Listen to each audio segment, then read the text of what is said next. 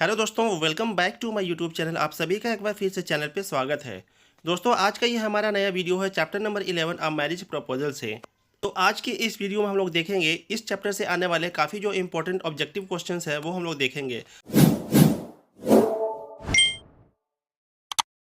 और वीडियो के एंड में जो लास्ट के 3-4 क्वेश्चंस है वो काफ़ी ज़्यादा इंपॉर्टेंट है, यानी कि मोस्ट इंपॉर्टेंट है। उनका इस साल के एग्जाम्स में आने की संभावना बिल्कुल 100% है। इसलिए आप लोग वीडियो को एंड को मिस मत करिए, पूरा वीडियो लास्ट तक देखिए।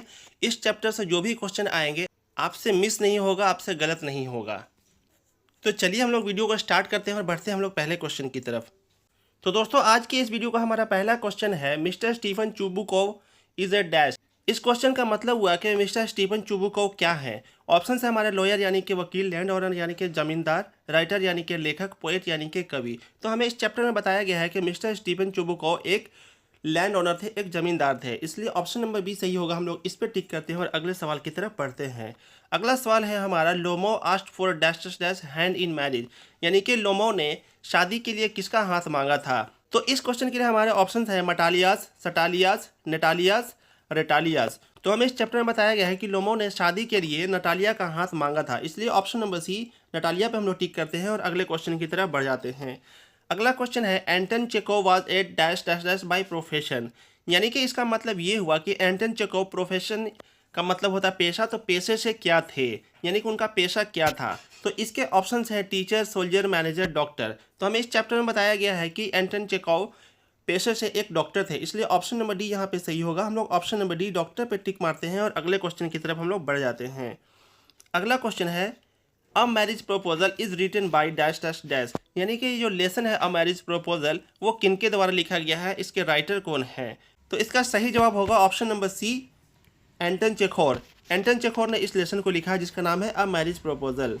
अगला क्वेश्चन है question number 5, Anton Chekhov has written the lesson dash, यानी कि एंटन चेखोर ने कौन सा लेसन लिखा, उस लेसन का नाम क्या है। तो इसके ऑप्शन है child is born, a marriage proposal, the earth, the artist. तो इसका सही जवाब हो जाएगा option number B, a marriage proposal. ये एंटन चेखोर के द्वारा लिखा गया है। अगला क्वेश्चन है, Lomov was the dash dash dash of Chubukov, यानी कि लोमो चुबुकोव का क्या था। तो इस क्वेश्चन के लिए हमारे ऑप्शन है enemy, friend, brother and neighbour. हमें इस चैप्टर में बताया गया है कि लोमो जो था वो चुबुकोव का पड़ोसी था। तो नेबर का मतलब पड़ोसी होता है, आप लोग जानते ही होंगे। इसलिए इस क्वेश्चन के लिए सही जवाब हो जाएगा ऑप्शन नंबर डी, नेबर। हम लोग इस पर टिक करते हैं और अगले क्वेश्चन की तरफ धीरे से बढ़ जाते हैं। अगला क्वेश्चन है, dash dash dash is the daughter of Chubukov, यानी कि चुबुकोव के डॉटर यानी कि उनकी बेटी का नाम क्या था। तो इस क्वेश्चन के लिए ऑप्शन है हमारे नटालिया, सटालिया, मटालिया, रटालिया। तो हमने चैप्टर में पढ़ा है कि जो चुबुकोव थे उनकी बेटी का नाम नटालिया था। तो नटालिया ऑप्शन नंबर ए में है, इसलिए हम लोग ऑप्शन नंबर ए पे टिक करते हैं, नटालिया पे, और हम लोग धीरे से अगले क्वेश्चन की तरफ बढ़ जाते हैं। अगला क्वेश्चन है, नटालियास डॉग इज नेम्ड, यानी कि नटालिया का जो कुत्ता था उसका नाम क्या था, उसका नाम क्या रखा गया था। तो हमें इस चैप्टर में बताया गया है कि नटालिया का जो कुत्ता था उसका नाम था लीप।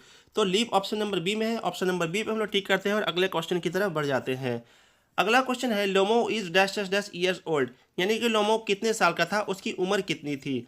तो इस क्वेश्चन के लिए हमारे ऑप्शन है 25, 30, 35। तो हमें चैप्टर में बताया गया है कि लोमो की उम्र 35 ईयर्स थी। इसलिए हम लोग ऑप्शन नंबर सी पे टिक करते हैं और अगले क्वेश्चन की तरफ बढ़ते हैं। तो दोस्तों, आज के इस वीडियो का हमारा क्वेश्चन नंबर 10 है, Lomov and dash dash dash are quarrelling for the Ox Meadows. तो दोस्तों, इस क्वेश्चन का मतलब ये हुआ कि लोमो और कौन झगड़ा कर रहे थे for the ox meadows. Ox meadows का मतलब होता है बैल के चरने के लिए घास का मैदान। तो बैल के चरने के लिए घास के मैदान के लिए कौन कौन झगड़ा कर रहे थे। क्वारलिंग का मतलब झगड़ा करना होता है, आप लोग जानते ही होंगे। तो इस क्वेश्चन के लिए हमारे ऑप्शन है नटालिया, चुबुकोव, सोमो एंड नताशा। तो हमें इस चैप्टर में बताया गया है कि लोमो और नटालिया के बीच में झगड़ा हो रहा था बैल के चरने के लिए घास के मैदान के लिए। तो हम लोग ऑप्शन नंबर ए नटालिया पे टिक करते हैं और अगले क्वेश्चन की तरफ बढ़ जाते हैं। अगला क्वेश्चन है, dash dash dash says that he is having a heart failure, यानी कि कौन कह रहा था कि उसका हार्ट फेलियर होने वाला है, उसका हार्ट फेल होने वाला है। तो इस क्वेश्चन के लिए हमारे ऑप्शन है Chubukov, Natalia, Lomov, none of the, यानी कि इनमें से कोई नहीं। इस क्वेश्चन का सही जवाब हो जाएगा ऑप्शन नंबर सी, लोमो। लोमो पे हम लोग टिक करते हैं और अगले क्वेश्चन की तरफ बढ़ते हैं। अगला क्वेश्चन है, a marriage proposal is a dash, यानी कि ये जो लेसन है अ मैरिज प्रपोजल ये क्या है। तो इसके लिए हमारे ऑप्शन है tragedy, satire, ट्रेजी comedy and comedy. तो हमें इस चैप्टर में बताया गया है कि ये जो लेसन है अ मैरिज प्रपोजल वह एक कॉमेडी है। तो हम लोग ऑप्शन नंबर डी पे टिक करते हैं और अगले क्वेश्चन की तरफ बढ़ जाते हैं। अगला क्वेश्चन है, Lomov says that he will prove in the court that the dash dash dash Meadows belongs to him, तो इसका मतलब ये हुआ कि लोमो ने कहा कि वह कोर्ट में प्रूव कर देगा, साबित कर देगा कि जो घास का मैदान है वो उससे बिलोंग करता है, यानी कि उसका है। तो किस चीज़ के घास का मैदान के बारे में यहाँ पे बात की जा रही है, इस क्वेश्चन में यही पूछा जा रहा है। तो इस क्वेश्चन के लिए हमारे ऑप्शन है गोट, काउ, बुफेलो, ऑक्स। तो हमने इस लेसन में पढ़ा है कि ऑक्स मेडोज यानी कि बैल के चरने के लिए घास का मैदान, उसके लिए लड़ाई हो रहा था, उसके मालिकाना हक के लिए लड़ाई हो रहा था। इसलिए सही जवाब हो जाएगा ऑप्शन नंबर डी। इस पर हम लोग टिक करते हैं और हम लोग अगले क्वेश्चन की तरफ बढ़ जाते हैं। तो दोस्तों आज की इस वीडियो का हमारा अगला क्वेश्चन है Lomov is a man of temperament, यानी कि लोमो किस तरह के टेम्परामेंट का आदमी था। तो हमें इस चैप्टर में बताया गया है कि लोमोव जो था एक नर्वस टाइप का आदमी था, वो हमेशा नर्वस हो जाता था, उसका टेम्परामेंट जो था वो नर्वस था। इसलिए ऑप्शन नंबर डी सही हो जाएगा। इस पर हम लोग टिक करते हैं, अगले क्वेश्चन की तरफ बढ़ जाते हैं। अगला क्वेश्चन है question number 15, the ownership of dash dash dash is disputed. तो इस क्वेश्चन का ये मतलब हुआ कि किस चीज़ का स्वामित्व यानी कि मालिकाना हक जो था वो विवादास्पद था, विवादित था।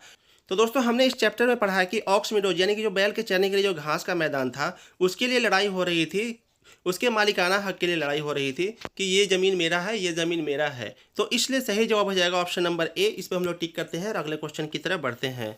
अगला क्वेश्चन है question number 16, Lomov wants to marry dash, यानी कि लोमो किससे शादी करना चाहता था। तो इसके लिए हमारे ऑप्शन है जेसिका, नटालिया, सुसान, फ्लोरेंस। का सही जवाब हो जाएगा ऑप्शन नंबर बी, नटालिया। लोमो जो था वो नटालिया से शादी करना चाहता था। तो हम लोग इस पे टिक करते हैं और अगले क्वेश्चन की तरफ बढ़ जाते हैं। अगला क्वेश्चन है आज की इस वीडियो का most important question, the name of Lomov's dog is dash dash, यानी कि लोमो के कुत्ते का नाम क्या था। तो इसका सही जवाब हो जाएगा option number B, guess. Guess जो था वो लोमो के कुत्ते का नाम था।